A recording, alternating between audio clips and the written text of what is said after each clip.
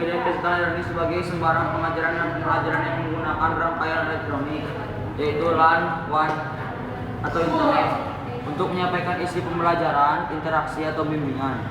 Ada pula yang menafsirkan e-learning sebagai untuk pendidikan jarak jauh yang dilakukan melalui media internet. Sedangkan Dong dalam Kamarga 2002 didefinisikan e-learning sebagai kegiatan belajar asinkronus melalui perangkat elektronik komputer yang memperoleh bahan belajar sesuai dengan kebutuhannya. Manajemen situs e-learning Romi Satria Wono 2003. 1. Melakukan survei, menyusun agenda umum, perencanaan ke depan, dan mulai mengelola situs e-learning. Menyusun agenda umum dan grand decision ke depan. Lakukan pendataan dan analisa matang terhadap bidang apa yang akan dikerjakan, siapa pengguna, siapa penulis, dan rencana jangka pendek dan panjang. Melakukan survei terhadap komunitas yang sama bidangnya dengan bidang yang akan dibuat. Kemudian buatlah prototip dan mulai lakukan pendesainan awal situs. 2. Menyajikan tema dan materi terpadu dan komprehensif. Materi dibuat semenarik mungkin. Persiapkan tema materi yang komprehensif dari pengenalan bidang sampai tingkat lanjut. Persiapkan materi andalan di mana pengguna tidak bisa mendapatkan dari situs. Sajikan materi semenarik mungkin agar pengguna tetap membaca tulisan dan mengunjungi situs. 3. Kenalkan situs tersebut ke berbagai komunitas yang berhubungan. Daftarkan ke search engine dunia maupun Indonesia. Daftarkan diri ke milis komunitas dan usahakan menjadi isu diskusi di dalam milis komunitas.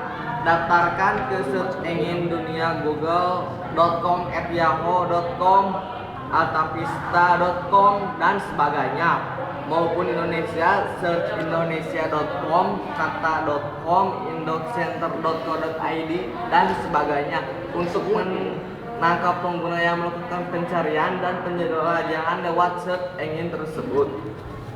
4. Pikiran strategi untuk mendapatkan pemasukan dana.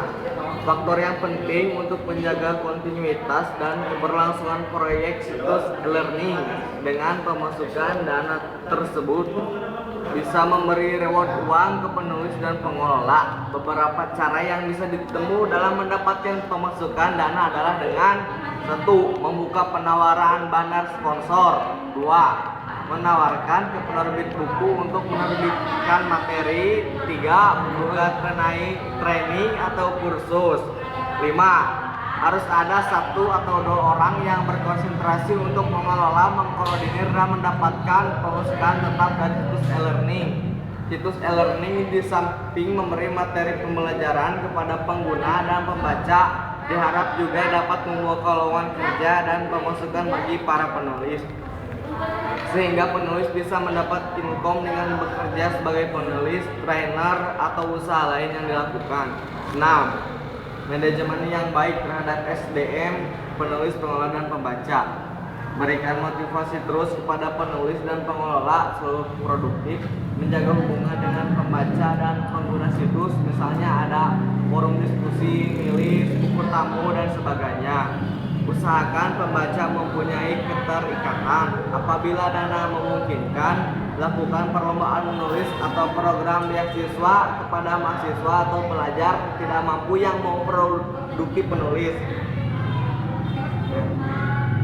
Dalam ini Kisco menjelaskan filosofis e-learning sebagai berikut. 1. E-learning merupakan penyampaian informasi, komunikasi, pendidikan, pelatihan, serta online.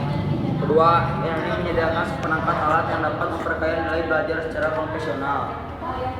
3. E-learning tidak berarti menggantikan model belajar profesional di dalam kelas, tetapi memperkuat model belajar tersebut melalui pengayaan konten dan pengembangan teknologi pendidikan.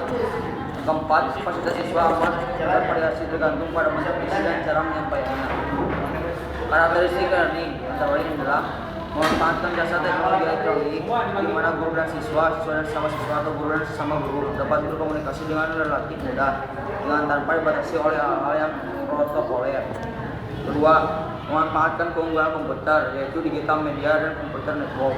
Yang 3. Menggunakan bahan ajar bersifat mandiri Safe learning materials disimpan di komputer sehingga dapat diakses oleh guru dan siswa kapan saja dan di mana saja bila yang bersangkutan memerlukannya. Yang keempat, memanfaatkan jadwal pembelajaran, kurikulum, hasil kemajuan belajar dalam hal berkaitan dengan administrasi pendidikan dapat dilihat setiap saat di komputer.